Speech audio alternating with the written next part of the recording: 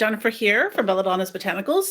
I decided to do a part two of the personal places of power video that I had done a few days ago because I had some additional thoughts and experiences I wanted to add to that.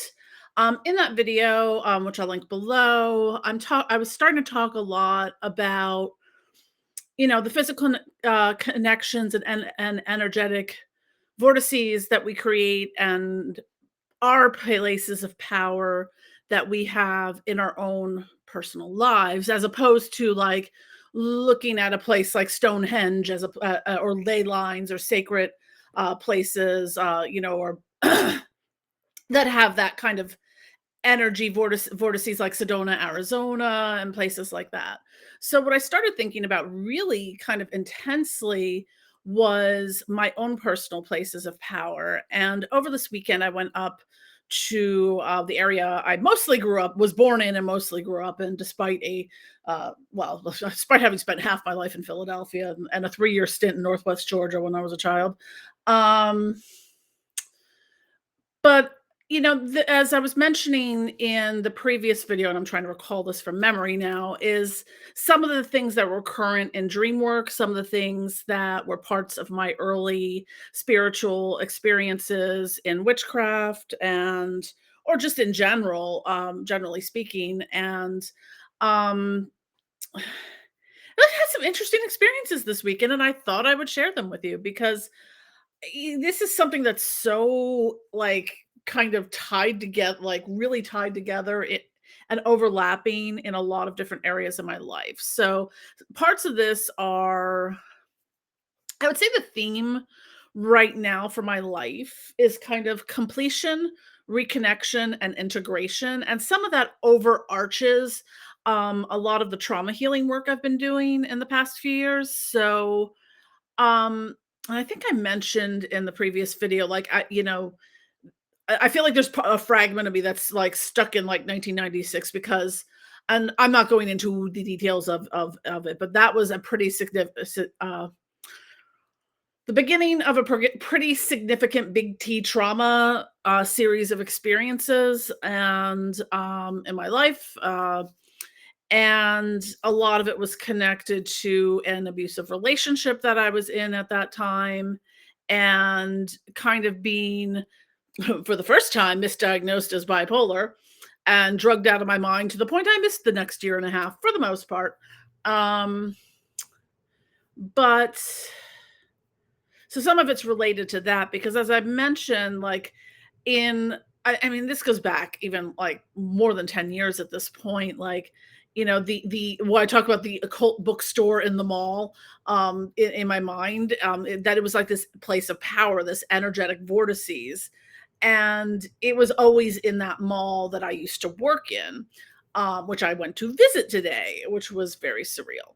'Cause I haven't been there since probably 1999, maybe.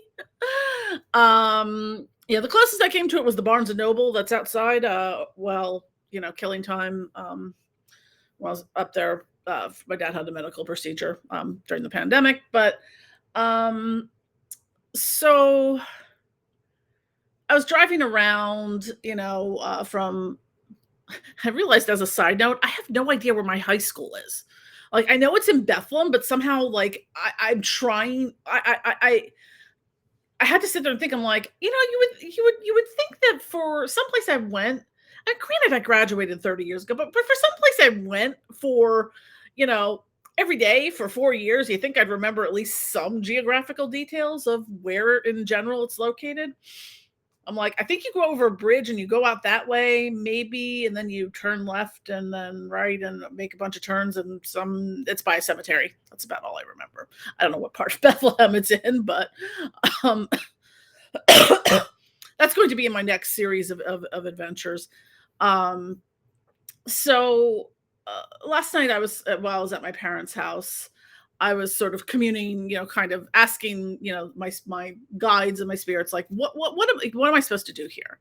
And, I kind of got this, and it's sort of overarching with my exit strategy from Philadelphia. And when I talked about saying goodbye to places, like visiting them one last time, I'm doing so, I think, to collect my energy from it, from those places, especially ones that have very significant meaning, good or bad, to them. I have to go to those places to kind of collect that the pieces of me I may have left behind over the years.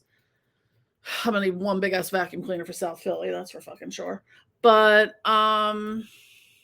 like some places I don't feel that connected to, but the ones that I do, I feel like this is something that I need to do. And so now we're not only talking about our personal places of power, but things that we have, uh, either that energy from the places imprinted on us or our energy is but was left behind there. Energy is very fascinating to work with. But so that's something that's part of it. As an aside, I'm just I don't know if I can I have to figure out. I'm not that great of a video editor, as you may have noticed. So I have to figure out if I can actually insert the photos in it. But like I was staying in my old bedroom last night, and my mom has the most terrifyingly demonic altar set up in there, full of Christmas nutcrackers. Those things creep me out beyond anything known to mankind. They were watching me sleep, and I'm pretty sure they stole my soul. Thanks, Mom. Your parents are never too old to traumatize you. Moving along.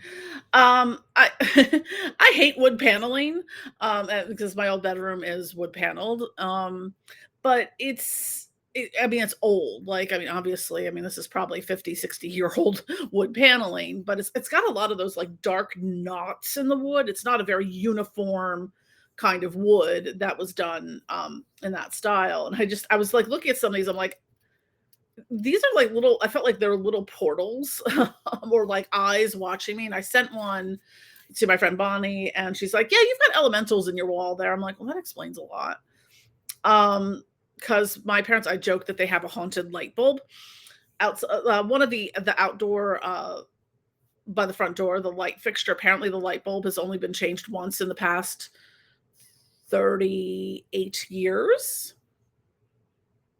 My theory is that it cannibalizes the lamppost light bulbs and feeds upon them, and somehow is the immortal light bulb.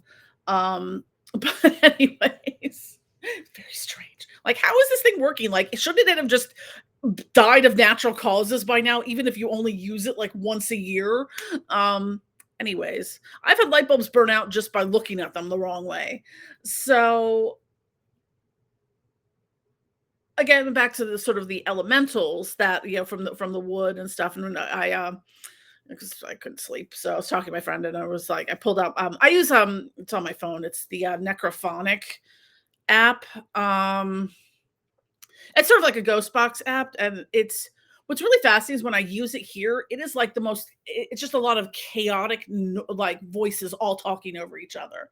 Like, imagine, being at a loud party, and 25 people in the room, and they're all talking at the same time and being like, "Hey, hey, hey, hey," and random things. And it's really hard to parse out anything from. But I found using it there, because it was a much smaller neighborhood, much quieter, that I got a lot more clear messages. Um, as soon as I clicked it on, it was like home, home, home. Like, I'm like, "Yep, I know I'm home. Thank you for letting me know." At some point, it mentioned both my parents' names.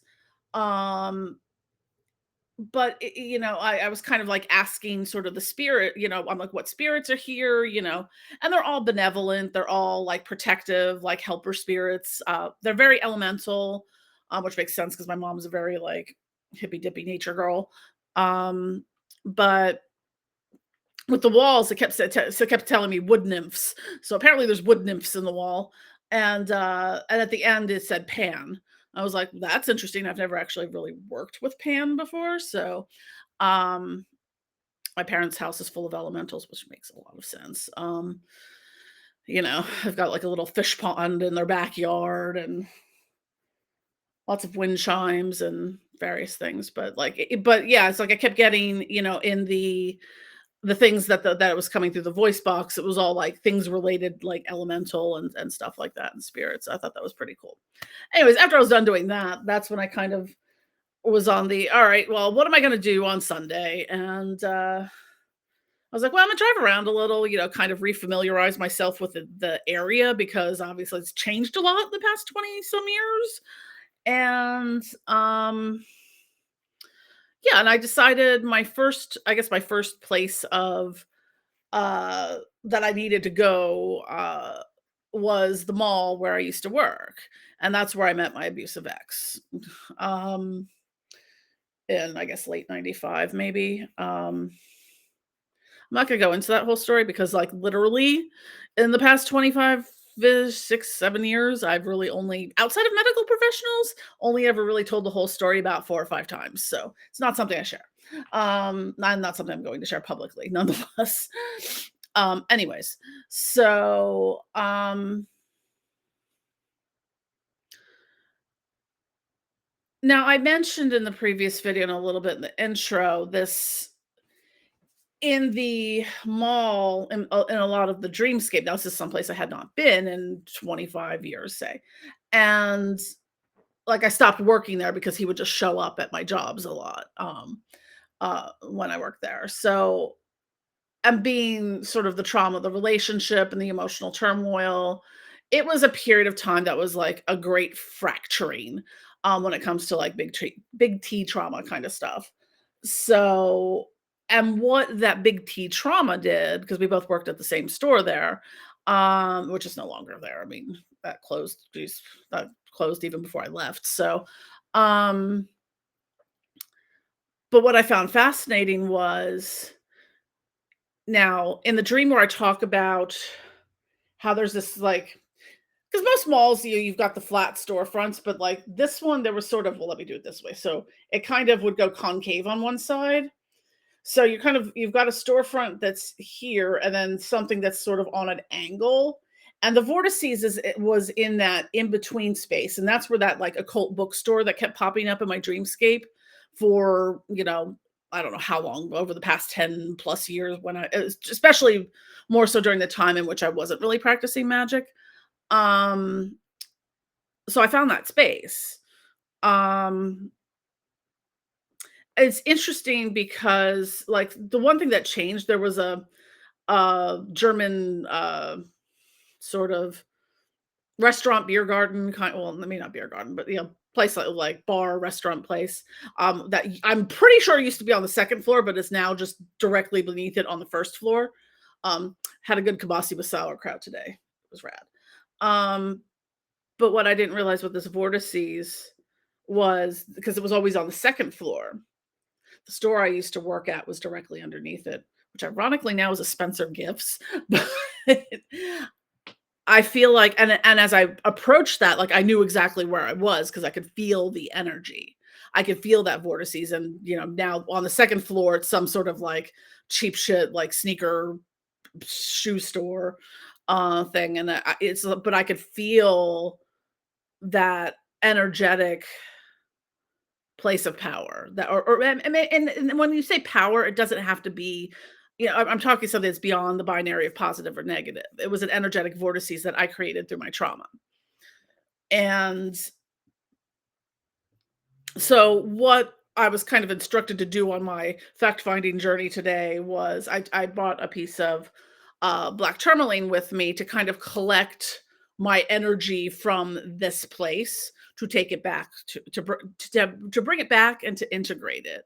And I think that's something that is the message that I am supposed to do in sort of, and maybe this is where it kind of goes into positive and negative, like going to places that have positive memories and pulling that energy. So I'm kind of taking the place of power from the place. It might still exist there in its own way, but I have like an accessible, I can pull that. I'm just grabbing crystal. Like I could pull, the happy memories into this stone and the energy of whatever into this stone and have it be something that's tangible that I can use. Whereas, I pull the, missing soul pieces and the traumatic vortices, which I think there's probably more of than the good stuff, to be honest. Let's not mince words here.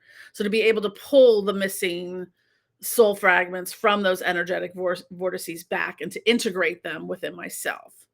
So that's what I started on. So I kind of spent some time at the mall, kind of collecting 1996 and 1970s, 97 gen parts that I must have left behind there. Um, and It's the mall's so different. Like, I think there's, like, maybe 2 or 3 stores that that were still there that from originally. A lot of them are in different locations. Because like, the Spencer Gifts had always been there, but it was in a different location back in my day. I still swear malls were way cooler in the '80s and '90s. They're just kind of generic and meh now. Um, but there was a Lush, so I love their bubble bars, so I, like, totally suck up on bubble bars. You break up little pieces of their, like, bubble bath, and then as soon as I'm done with it making this video, I'm going to take me a bubble bath. Um, but it was just interesting driving through, all these places that I haven't been in so long. Like, the mall is in Allentown, and that's where I was born, but, like, I've only been to Allentown once outside of stopping at the rest area, the service area off the turnpike on the way to somewhere else. Like, I've only been to Allentown, well, now twice since my grandparents passed, and my grandmother died in 2004 and my grandfather died in 2007. So, I haven't been to Allentown since then that I'm aware of. But yeah, so it's just interesting navigating through these areas that were part of my life, but I also feel like I have these weird, like, gaps. Like, I still can't really remember where my high school is. I know where my mom's high school is. I know where my dad's high school is, but that's cheating because it's, like, a few blocks from my parents' house, so, um, I can't remember where my own damn high school is. I know where, my grade school was, which is actually I think the school closed down around the pandemic time, maybe a little bit before it, but, like, I know where that is. High school? No idea. Somewhere in Bethlehem. But that's another place on my to-do list of places I'm going to need to find where it is. Thankfully, GPS exists. Certainly makes navigating the area much easier than it was during, in the pre-GPS times. But I need to go there and collect some soul fragments or traumatic fragments from 1992. Um, and part of me just is like, because I went to Catholic school, I'm like,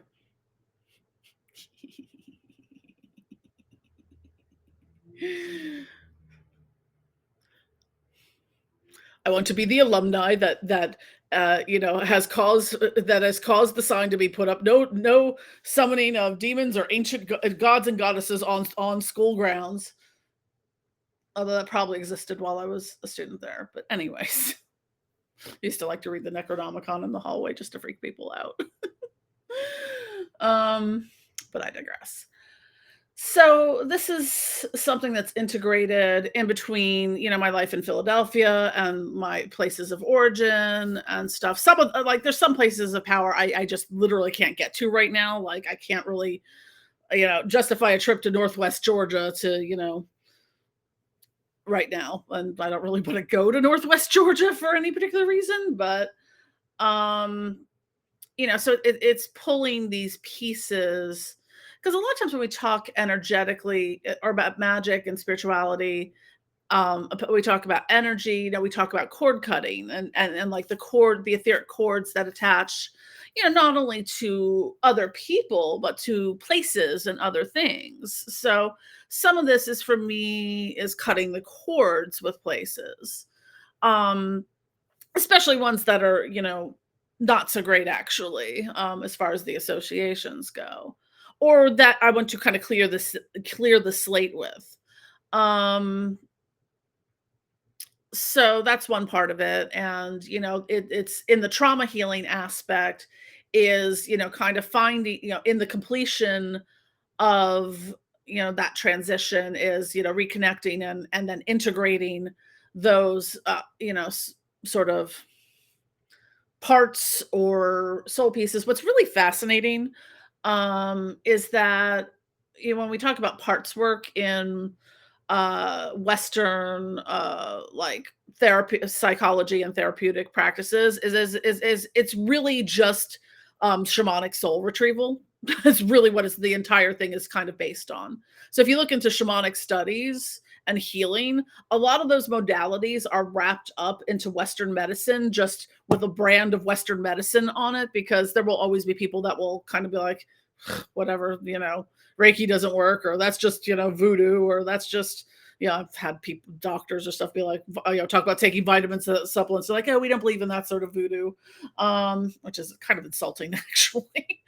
But so yeah, that's kind of what I was experiencing today.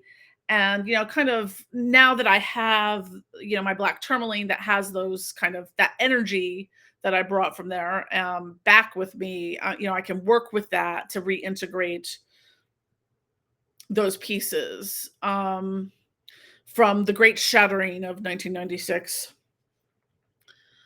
Because it was one of those years, like, there's pivotal years in everyone's life where there's like a fundamental change, whether that's good or bad, or when there's something traumatic that happens that you walk out of that an entirely different person. And I walked out of that, and as I'm starting to piece things together, especially as I've been going through in my occult origin story series with This Old Witch Journal, as I've been going through some of those old writings from back then, and I've been able to piece things together. um I can kind of see where those things that happened in 1996, the shock waves reverberated outwards, even to affect me today. And honestly, the only reason I am comfortable moving back home, because part of the reason I left in the first place was, even though I parted with my abuser in like 97, he'd show up at my jobs. I stopped working at the mall. I started working at one of the local hospitals. And before I had a car, I would take the bus there, and he would, which unfortunately went past the apartment he was then living in. And um like, I would have to get off at different stops to transfer to other buses. I'd have to duck below the window so he couldn't see me, that kind of thing. And, after a while, I just got tired of looking over my shoulder. And I think maybe, like, I always wanted to move back to Philly, so it wasn't the whole reason, but it was definitely part of the reason I moved away, was because I just never could feel safe. Now thankfully, during the time we were together, this is gonna sound really fucked up, but thankfully during the time, because he was like 25 years older than me, um, he was diagnosed with stage 4 esophageal cancer, had, the chemo radiation surgery for it. Um, and generally speaking, and especially that long ago, stage 4 cancer diagnoses are not something that give you a very long life expectancy prognosis. I mean, we're talking 30 years ago as well, and given that the age and lifestyle and stuff like that, given the age difference as well, because I mean, at this point, he would probably be in his 70s. Um, I'm in my late 40s, so do the math. Um, but I had heard rumblings in the early 2000s that he shuffled off this mortal coil. And I can honestly say, and even it's weird, because like, even in the times I've gone back home since then, like, I was like, I would go to my parents' house, my grandparents' house, or when they were still alive. I just did not really diverge from those particular things. Like, I didn't really, you know, every once in a while, maybe we go out to dinner somewhere, or I think I went to a festival one year with some friends. Um, so it was just like, I really did not diverge, because it's just in case. But I'm pretty sure he's, 6 feet under. And I say this with all sincerity. I hope he shuffled off this mortal coil alone, suffering miserably, in absolute desolate pain and suffering. And if I knew where he was residing underground, I would go take a big steaming on it. That kind of, yeah. Some people, just there is no redemption for. I like to believe that people are redeemable, and I'm getting a little off topic here and ragey, but no, that person, I hope they ended in excruciating pain and suffering and completely alone.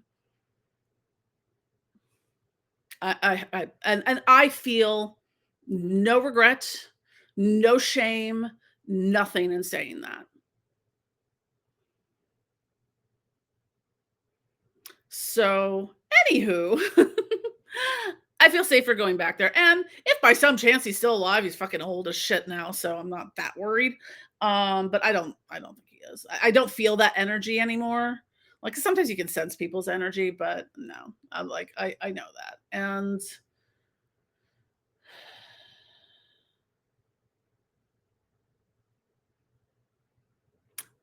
if you really honestly, a sidebar to a sidebar, if you really want to know why I'm someone who like I will believe women who come to me telling me that they're being abused.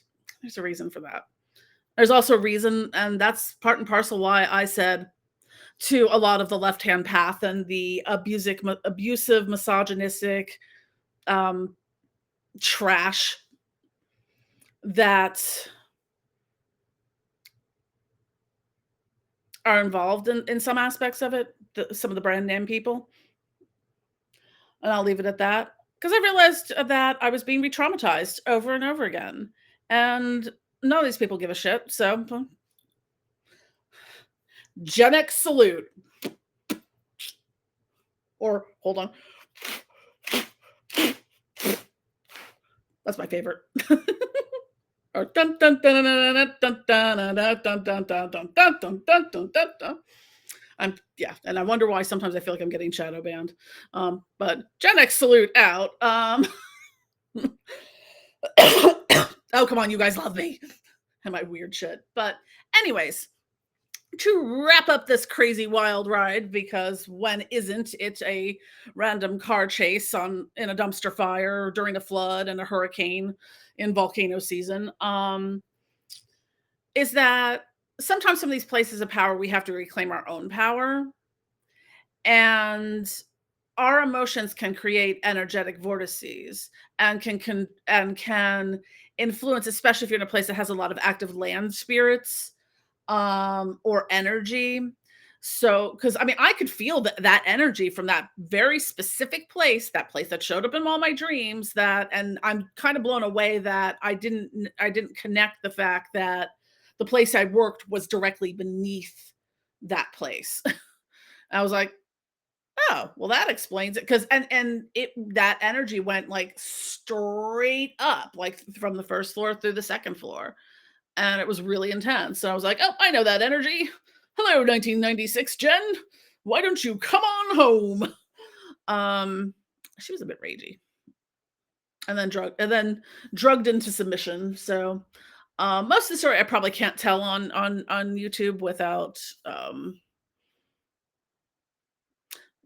censorship being a thing. Hard to say some of the stuff.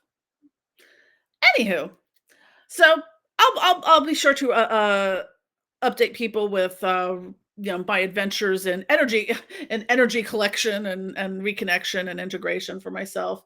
And just one last aside, I had this random memory. Like I know somewhere on my bedroom wall at my parents' house that I'd written a series of numbers, and I finally found it because I was looking for an hour. I had like the flashlight app on my phone. I'm like, I know it's here in this general stance. And then I realized what I had to do was lay in bed and look upside down because that's when I found it because I couldn't see it from like looking down because Cape Cod houses have like weird slanty walls, so you get a lot of and with the wood paneling there's a lot of glares.